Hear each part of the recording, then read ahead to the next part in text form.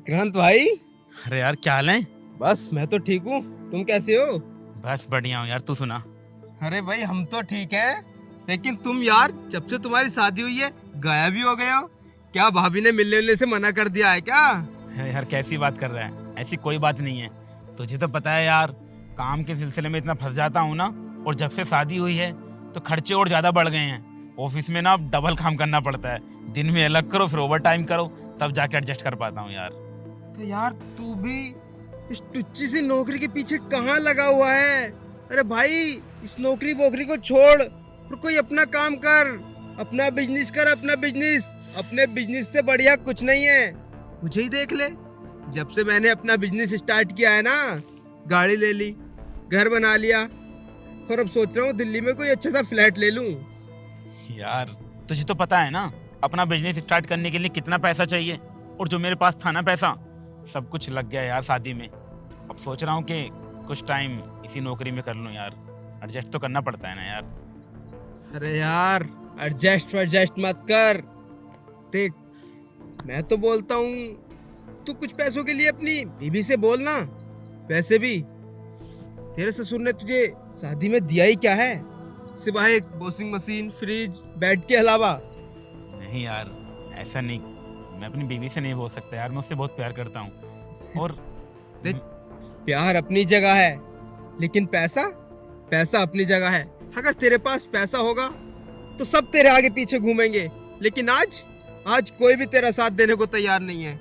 क्यों, है ना ऐसा ही? यार बात तो तू ठीक ही कह रहा है, लेकिन बीवी से कैसे बोलूं यार।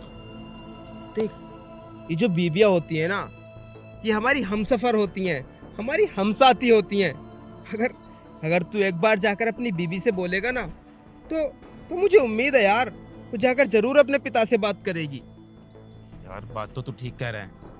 ऐसा करता हूँ, किसी से हेल्प लेके देखता हूँ, या फिर बैंक से लोन करवा लेता हूँ। अब तुमसे मांगते हुए अच्छा नहीं लगता ना। पागल हो गया है? किसी और के आगे हाथ फैलाने से अच्छा तू अपनों के आगे हाथ फैला ले। कम से कम वहां से ये तो उम्मीद रहेगी कि मिल जाएगा। और वैसे भी मैंने सुना है तेरे ससुर तो सरकारी नौकर है। हाँ, वो गवर्नमेंट टीचर है यार। तो यार इतना तो तेरे लिए कर ही सकते हैं। ठीक कहा तूने, एक बार बोलकर देखता हूँ। वैसे भी कल मैं अपनी बीवी को लेके वहीं जा रहा हूँ, तो वहीं बैठ के बात कर लूंगा। तो इससे बढ़िया मौका क्या है? तो यार तू मेरा बिजनेस में साथ तो देगा ना? यार मैं तेरा हमेशा साथ दूंगा यार। ठीक है, तो मैं पैसों का एडजस्टमेंट करता हूँ और तू मुझे बताना कि कहाँ इन्वेस्ट करना है। ठीक है, तू पैसों का इंतजाम कर, बाकी सारी जिम्मेदारी मेरे ऊपर छोड़ दे। ठीक है भाई, मिलता ठीक है। हूँ। वेट तेरी भाभी की कॉल आ गई। हाँ मानसी, अरे बस एक दोस्त मिल गया था, आ ही रहा हूँ। यार जो तुम बनाओगी वही खा लूंगा। आ रहा हूँ बाबा, आ रहा हूँ। क्या बात है, लगता है बहुत प्यार करती है तुझसे भाभी। चल मैं मिलता हूँ। हाँ ठीक है, मेरी बात पे ध्यान देना। हाँ बिल्कुल भाई। ठीक है।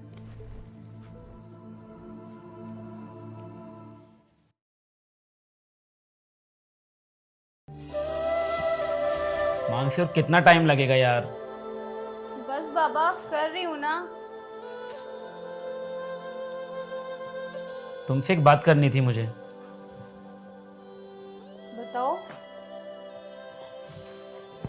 यार मैं पूछ रहा था कि मैं जो जॉब करता हूँ ना, उसमें हम दोनों का खर्चा नहीं चल पाता, तो मैं कोई बिजनेस स्टार्ट कर लूँ क्या? लेकिन उसके लिए तो बहुत सारे पैसे चाहिए होंगे। हाँ वो तो है। खैर तुम रेडी हो जाओ, चलते हैं फिर। हाँ ठीक है।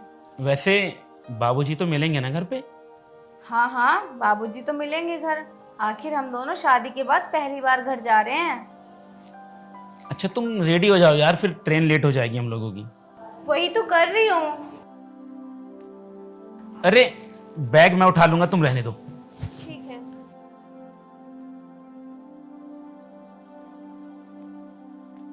यार इस बैग में क्या भरा है तुमने, इतना वेट हो गया इसके अंदर। 15 दिन के लिए जा रही हूँ मैं अपने घर, इसलिए मैंने अपने कपड़े रखे हैं। यार तुम लेडीजों का भी ना ड्रामा लगी रहता है। तो आप इसको उठाए क्यों रहे हो? ये है ना, चलो।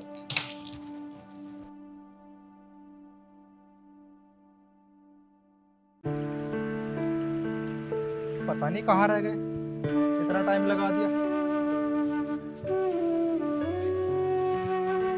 बाबूजी प्रणाम। प्रणाम। नमस्ते पिताजी। नमस्ते बेटा। अरे काफी टाइम लगा दिया तुमने तो। बाबूजी वो ट्रेन ने थोड़ा लेट कर दिया था, बस इसीलिए। तुम्हें पता है मैं सुबह से तुम्हारा इंतजार कर रहा हूँ। अच्छा बाबूजी, चलें फिर? अरे रुको, तुम पहली बार आए हो। अरे सिमरन बेटा, ओ सिमरन, जरा बाहर आना। और सफर कैसा रहा? बस पिताजी ठीक ही रहा। अच्छा। जीजी नमस्ते, जिया जी नमस्ते। मस्ते। ये हवा भी ना बहुत ज्यादा चल रही है। तो बेटा जला लेना इसको। पकड़ना पिताजी। रहने दो, वो जलेगा नहीं, हवा बहुत तेज है, कोई बात नहीं। हाँ, ऐसे ही टीका कर देती हूँ।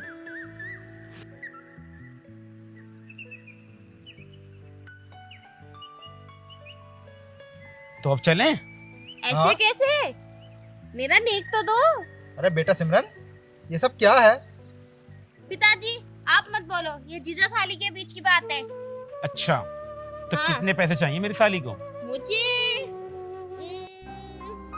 चॉकलेट खाने के लिए मुझे पूरे 3,000 रुपए चाहिए। 3,000 रुपए की कौन सी चॉकलेट आती है? चॉकलेट तो 10 रुपए की भी आ जाती है। कोई बात नहीं, हम तो 3,000 वाली खाएंगे ना। आप बातें मत बनाओ, मुझे पैसे दो जल्दी। बेटा सिमरन, तेरा दिमाग खराब तो नहीं हो गया है? पिताजी आप नहीं बोलो तो ठीक है, आप मत बोलो। अरे बाबूजी कोई बात नहीं, दे दो वरना ही यहीं खड़ा रखेगी शाम तक। इकलौती साली है मेरी, इतना तो बनता है। ये ले, तेरे हिस्से में जितने आते हैं। जीजा जी कितने अच्छे आप। अब चले? हाँ अब तो लेके चली ना। हाँ चलो। चलिए बाबूजी।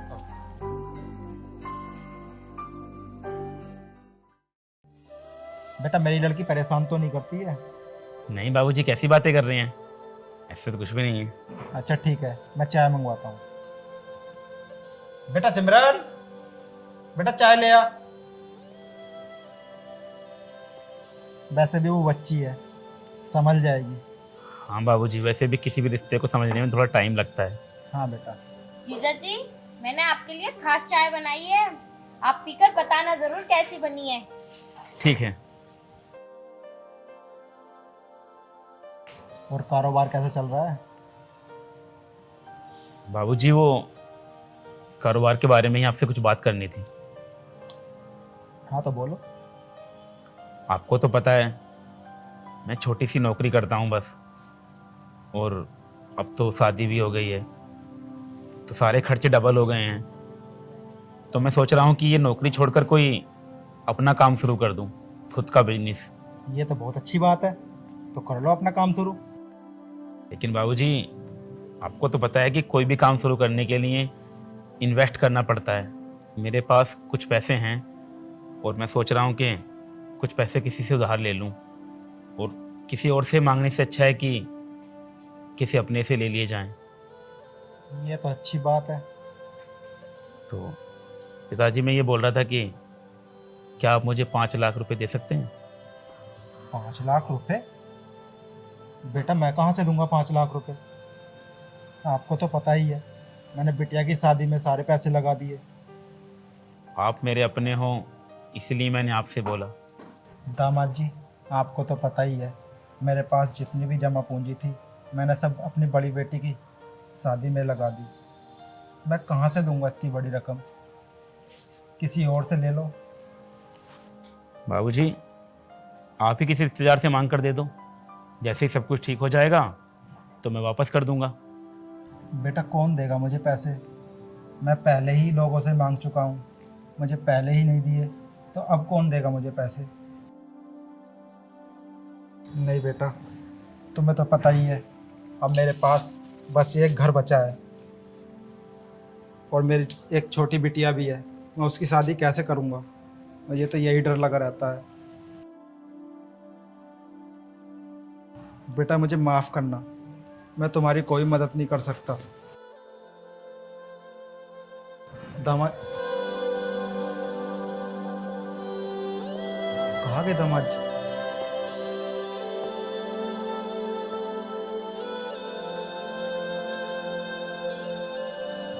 अरे मानसी बेटा, ओ मानसी बेटा,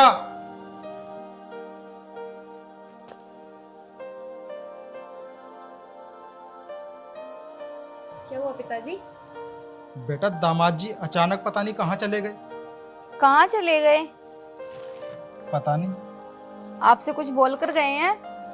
नहीं, मेरे से पैसे की बात कर रहे थे बस। क्या पैसे की? हाँ, मुझसे 5 लाख रुपए मांग रहे थे वो। फिर आपने क्या किया? मैंने तो मना कर दिया। मैं कहाँ से दे सकता हूँ इतनी बड़ी रकम? तुझे तो पता ही है, मेरे पास जितनी भी जमा पूंजी थी मैंने सब तेरी शादी में लगा दी। मैं कहाँ से देता इतनी बड़ी रकम? इसीलिए पिताजी वो ना नाराज होकर चले गए। नाराज होकर चले गए? हाँ बेटा मुझे बिल्कुल भी अच्छा नहीं लगा वो नाराज होकर चले गए। पिताजी 1 मिनट रुको, मैं अभी उन्हें फोन करके पूछती हूँ। हाँ बेटा, पता लगाओ जरा कहाँ गए हैं वो। ठीक ठीक है। सिमरन, सिमरन मेरा फोन लेकर आना।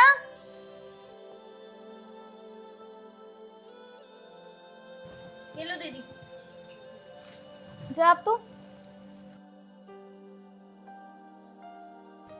लगाओ, कॉल लगाओ।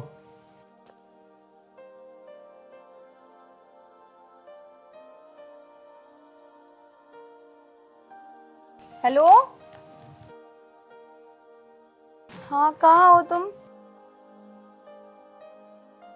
अरे तो बताकर तो जाना चाहिए था। सुनो सुनो तो। क्या बोल रहे हैं दामाद जी?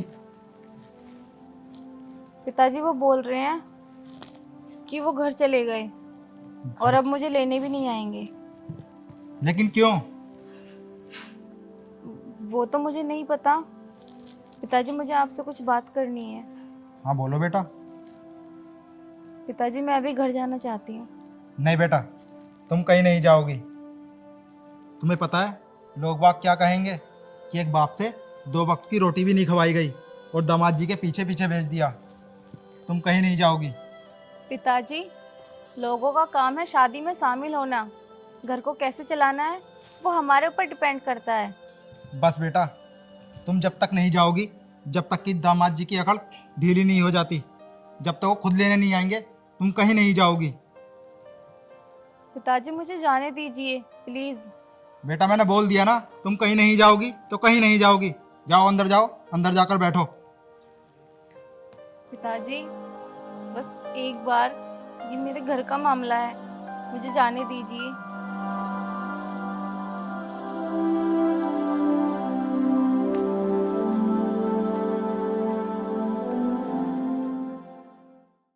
दीदी मत जाओ ना, आप सुबह ही तो आए थे और इतनी जल्दी जाने लगी। तू समझ सिमरन, तेरे जीजाजी नाराज होकर गए हैं। अगर मैं नहीं गई तो बात बहुत बढ़ जाएगी।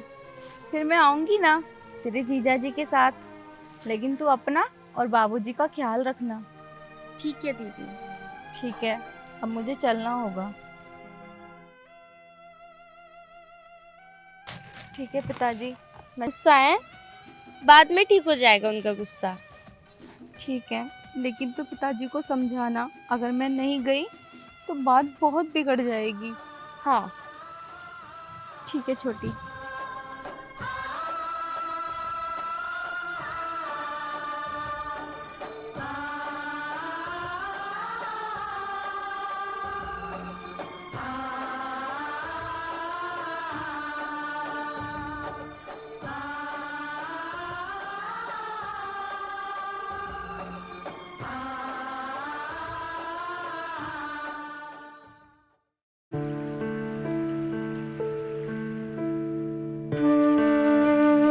आप हमें बिना बताए चले आए, हम तो डर ही गए थे।